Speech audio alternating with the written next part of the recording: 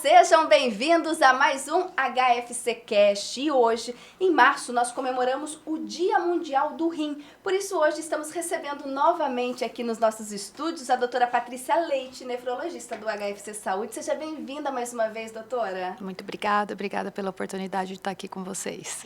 Olha, a gente fica feliz com ter aceito o nosso convite aí. Vamos começar a falar um pouquinho desse Dia Mundial do Rim, né? Que a gente comemora agora, né? Durante o mês de março. Fala pra gente da importância da gente trazer à tona, né? O tema, né? Doença renal, prevenção.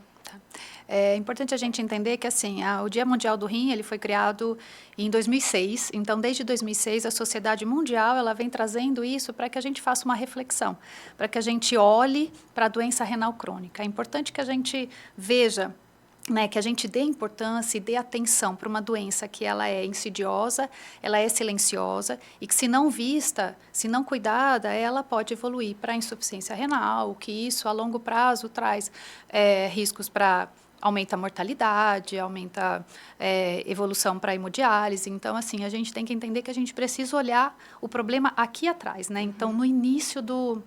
E o Dia Mundial do Rim, o mês de março, ele vem com essa intenção, para que a gente olhe, que a gente entenda como que é feito o diagnóstico, o que a gente pode fazer, quais são os fatores de risco, quem é a população que mais precisa ser olhada. Então, essa é a grande importância do Dia Mundial do Rim. É importante a gente entender que o rim ele é um órgão quietinho, né? Trabalha silencioso, não dá trabalho, mas ele é fundamental para o nosso organismo, né? O rim ele é fundamental para a filtração do sangue, então a gente sabe que ele filtra o sangue, mas a gente precisa entender também que além de filtrar o sangue, ele também tem ação de controle hidroeletrolítico, ele controla a pressão arterial, ele tem ação hormonal, então a gente tem que saber que o controle, a produção de glóbulos vermelhos é estimulada pela eritropoetina, que é produzida pelo rim. É importante a gente saber que ele ativa a vitamina D, que acaba absorvendo mais cálcio e fósforo no intestino, que é importante para a saúde óssea.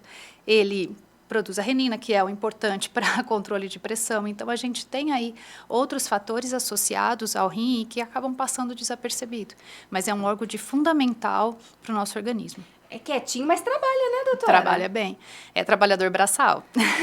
E não reclama. Quando reclama, quando a gente vê, quando aparece o problema, a gente já está numa fase muito avançada. E aí a importância. Hoje sabe-se mais ou menos que 850 milhões de pessoas têm doença renal. E estima-se que de 1 a cada 10 brasileiros ao longo do tempo evoluirão com doença renal crônica.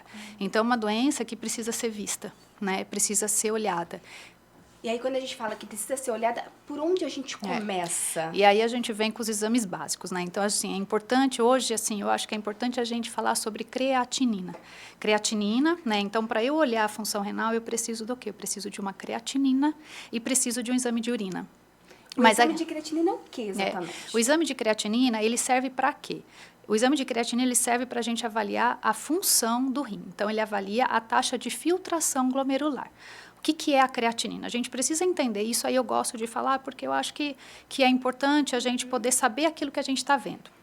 Então, o que é a creatinina? A creatinina é uma substância que vem do metabolismo do músculo.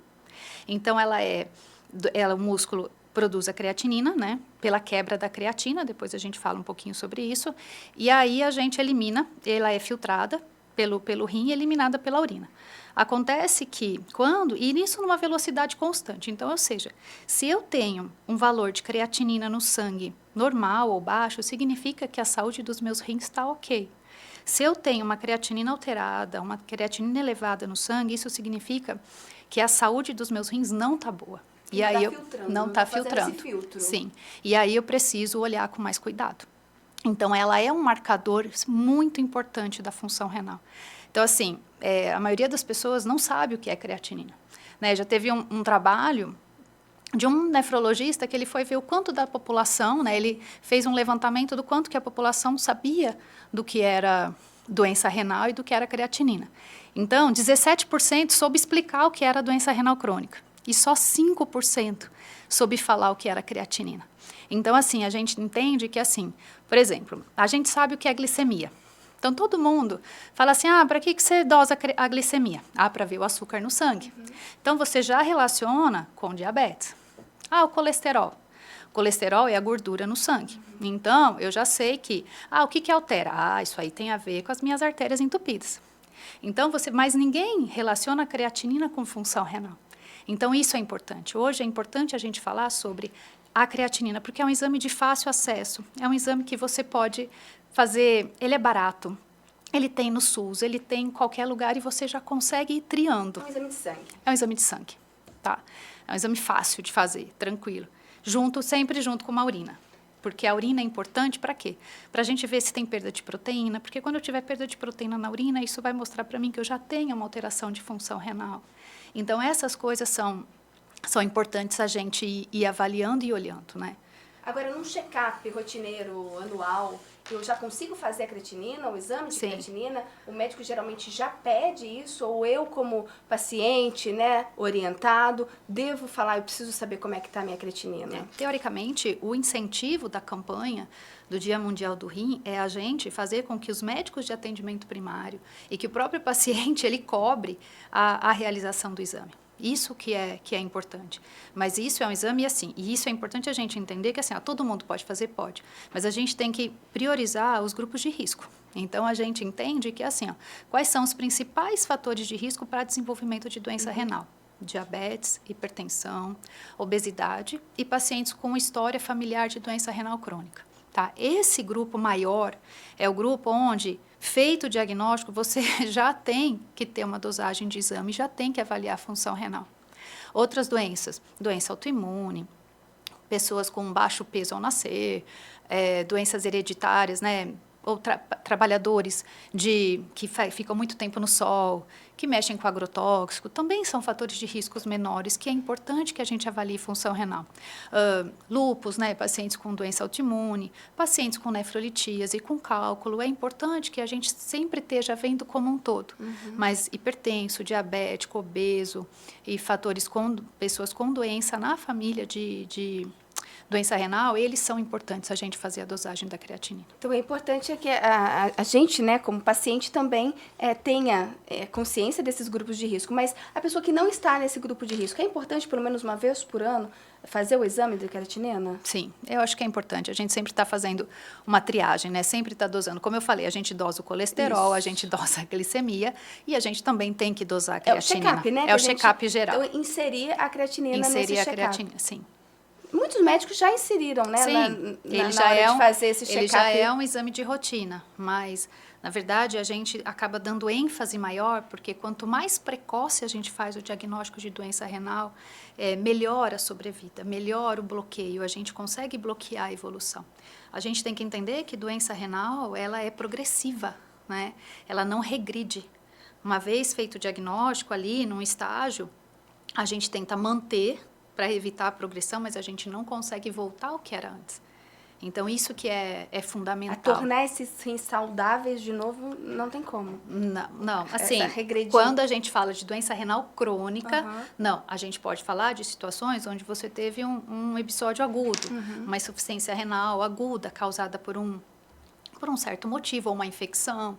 Aí sim, a gente pode voltar. Às vezes, uma insuficiência renal aguda pode deixar sequela e o paciente evoluir para doença renal crônica. O diagnóstico de doença renal crônica, ele vem com cronologicamente com um tempo de 3 meses, né? Então, você precisa ter pelo menos 3 meses de alteração de função para você considerar a pessoa. E aí existe a classificação, e a classificação vai ocorrendo de acordo com a taxa de filtração.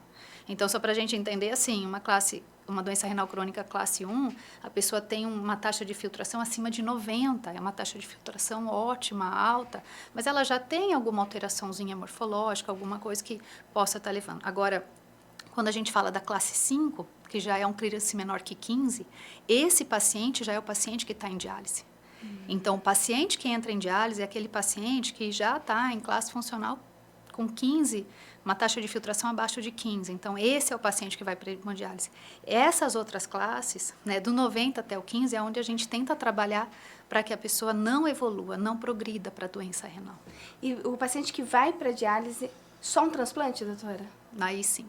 Aí, uma vez em diálise, né, a possibilidade de diálise, mas entenda que, assim, o transplante, ele não é a salvação, ele é o tratamento. Então, da mesma forma que eu faço o tratamento de hemodiálise, eu faço o tratamento para o transplante. Então, ele é um tratamento. Qual é a vantagem do transplante? Ele pode me tirar da máquina, eu tenho essa liberdade de ir e vir, mas eu também vou ter que sempre manter o acompanhamento rigoroso, né?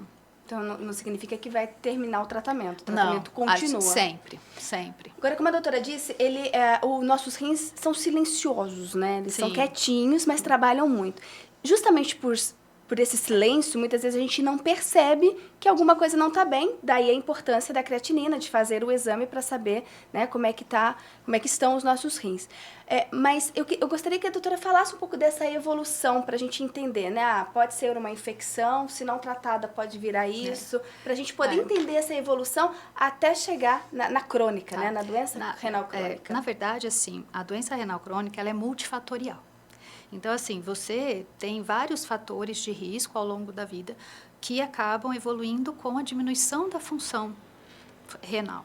Por exemplo, as doenças de base, como eu te falei, hipertensão, diabetes, fatores de risco, tabagismo, sedentarismo, obesidade, que hoje obesidade não é nem fator de risco, já é doença.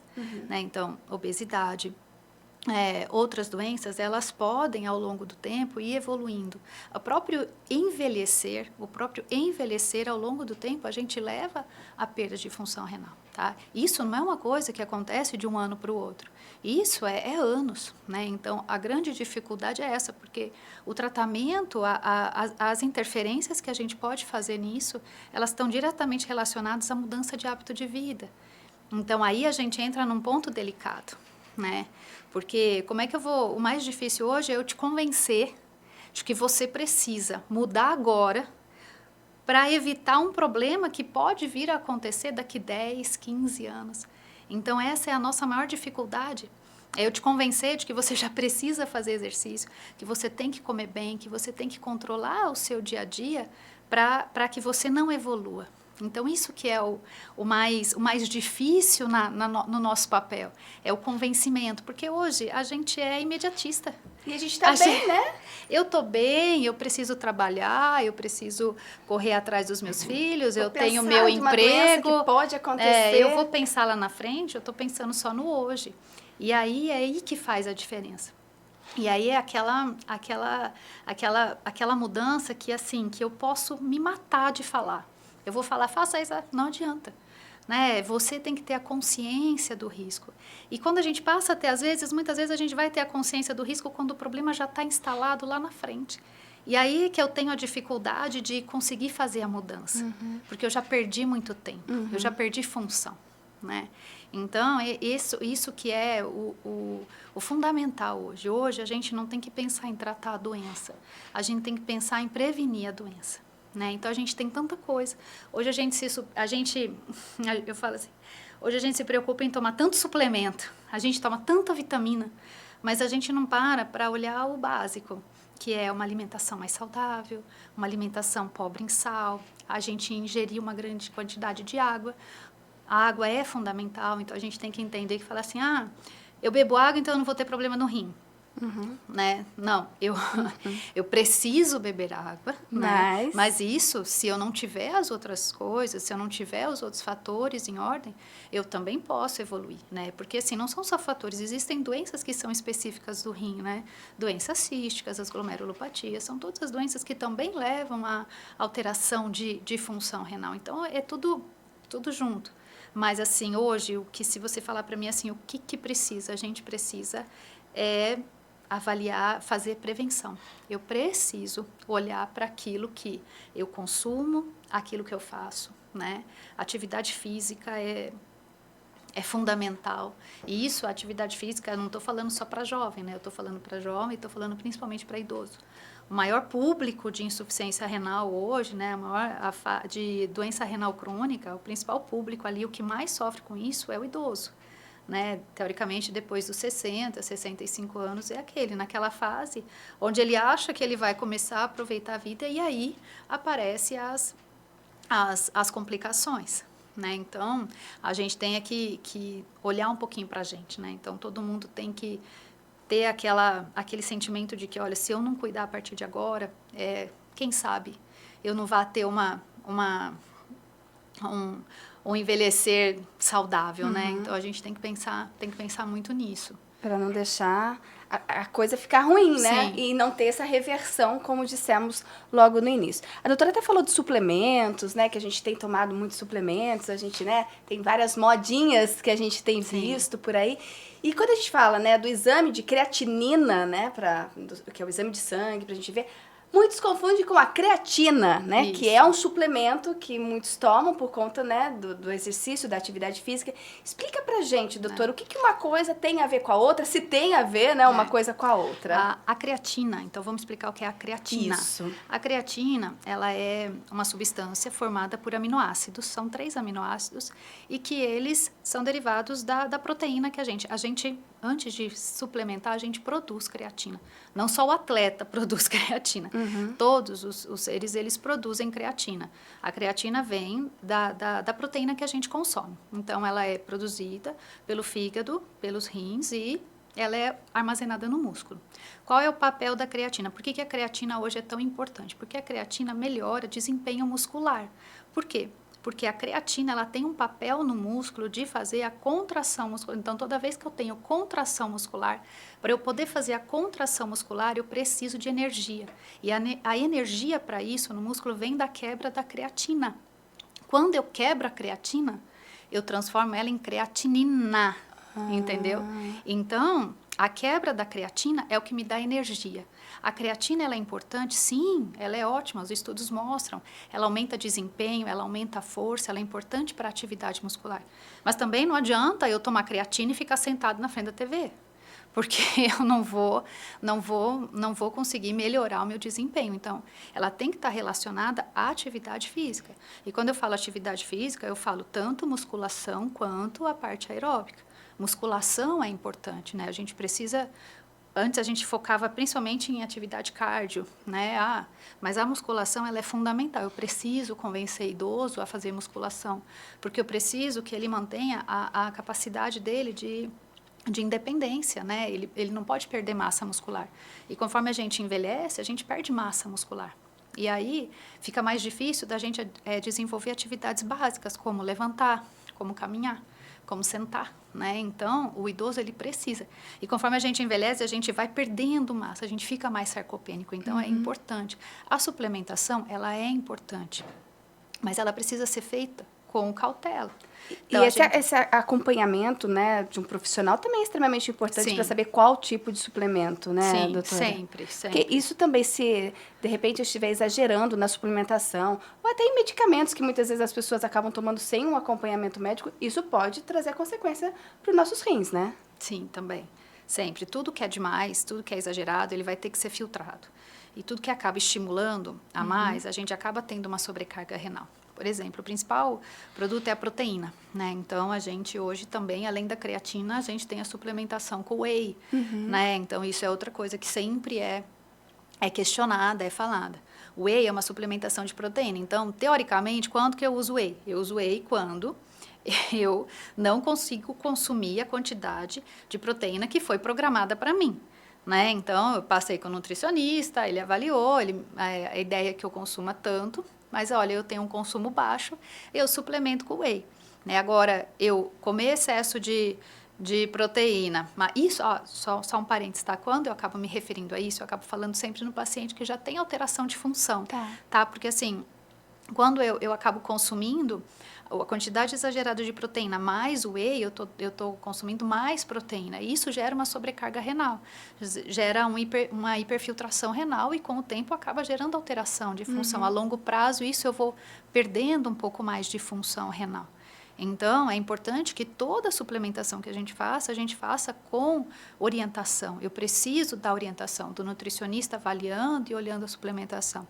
É importante para um idoso pode tomar whey? Um idoso desnutrido, que não está conseguindo se alimentar, a suplementação é importante, porque eu não posso que ele perca massa, né? Então, só que isso, pode reparar que toda vez que a gente fala é individualizado, não dá para a gente generalizar.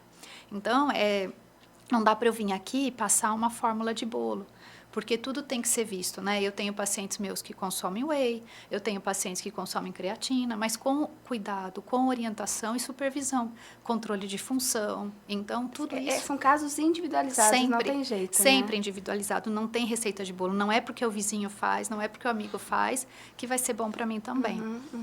A gente tem pressa, né? A gente... Imediatista. A gente é imediatista. Ah, toma isso, toma aquilo que vai ser bom. Já vai ver o resultado. Mas às vezes a gente não precisa. Muitas das vezes a gente não precisa, a gente suplementa em excesso, né? Se a gente olhar a fórmula dos polivitamínicos, tudo que tem lá, o valor de referência diário, é tudo acima de 100%. Então, eu estou sempre suplementando a mais do que eu preciso, né? Isso tudo vai ser eliminado. E aí, sobrecarrega quem? O meu rinzinho. Que se ele já está doente, se ele já está com alteração, isso acaba também sendo um estresse a mais, né? É bem complicado. E aí, a doutora falou do equilíbrio, mas a questão até da água. A gente precisa beber água, né? A gente já citou aqui que é importante. Mas há também consequência, consumo exagerado de água? Sim. É assim, a gente tem que entender que assim, a água a gente precisa tomar, a gente precisa se manter hidratado. A gente tá Isso com é água importante, aqui, né? O ideal, né? Então, todo mundo quer números, né? A gente nunca fala, todo mundo quer números, Quanto né? que eu tenho que beber? Quanto que eu tenho que beber? Então, assim, teoricamente, o ideal de 30 a 35 ml por quilo, tá? Então, se eu tenho 70 quilos, 2 litros e 100 a 2,5, mais ou menos, tá? Só que, assim, tudo como eu falo, cada caso é um caso. Então, assim, beber água é importante? Beber muita água é ruim? Muita água é ruim, porque eu vou ter alteração. O rim é responsável pelo meu equilíbrio hidroeletrolítico. Se eu tomar muita água, talvez eu vou sobrecarregar, eu vou ter uma descompensação, isso é ruim. Agora, existem doenças em que eu preciso orientar ele a beber água. Paciente com doença renal policística, ele precisa beber água, porque sabe que quanto mais que é o volume de água alto dele, ele diminui, o tamanho do cisto, não que diminui, mas cresce menos. Então, o paciente com cálculo renal, ele precisa tomar água, porque eu sei que isso vai diminuir a formação de cálculo. Mas, assim, agora, assim, eu não posso chegar e falar que um cardiopata também precisa tomar muita água, né? Então, a gente tem que entender em qual a fase que a pessoa está. Por isso que eu falo, o consumo é importante? É importante para o indivíduo saudável, ele tem que tomar água.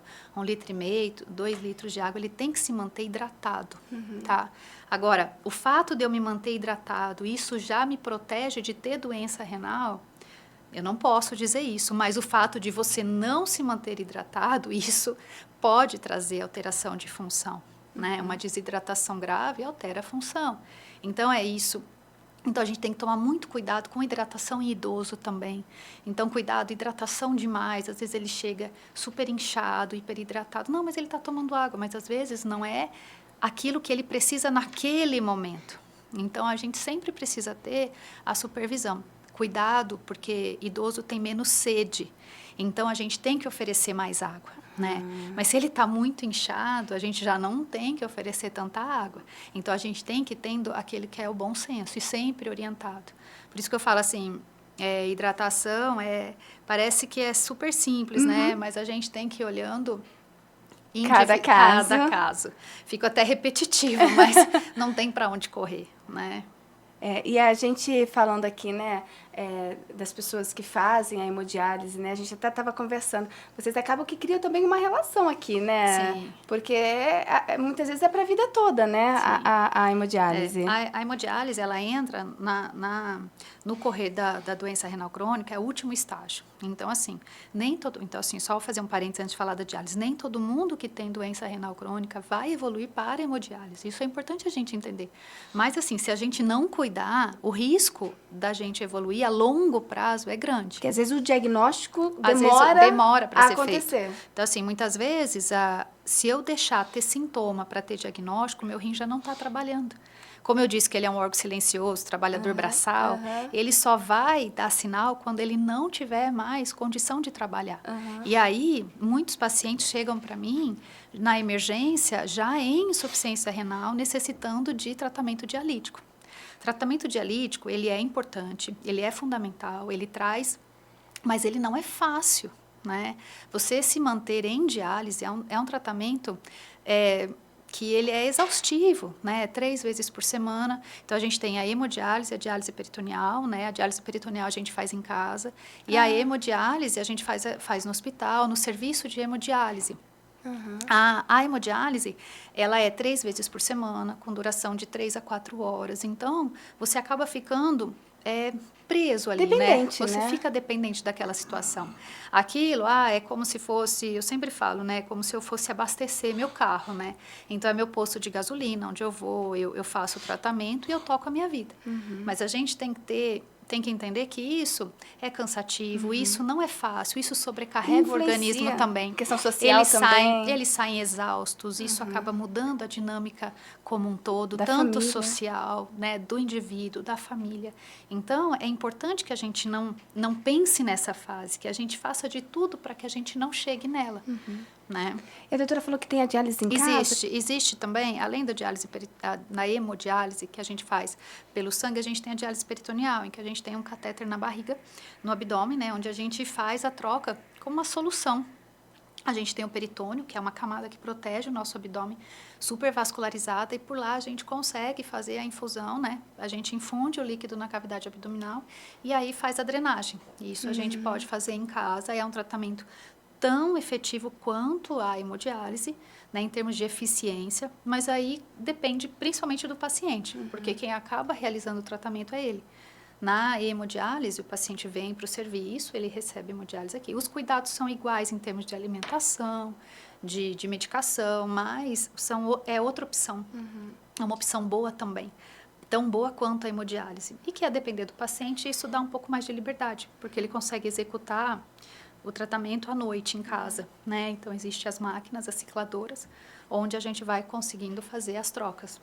A gente já falou um pouco, né, da prevenção, já falamos do Sim. que a gente precisa fazer, né, para cuidar do nosso rim. Agora, eu gostaria que a doutora falasse um pouquinho dessa questão da conscientização de forma das pessoas, né? A gente está falando do Dia Mundial do Rim, mas as pessoas hoje, elas estão mais conscientes, buscando, a gente falou da importância do exame de creatinina, as pessoas estão buscando entender e cuidar um pouco mais do rim, ou ainda precisa muito para ser avançado, doutora?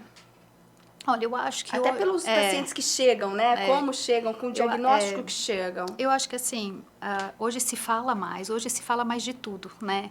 A internet, a tecnologia trouxe isso pra gente.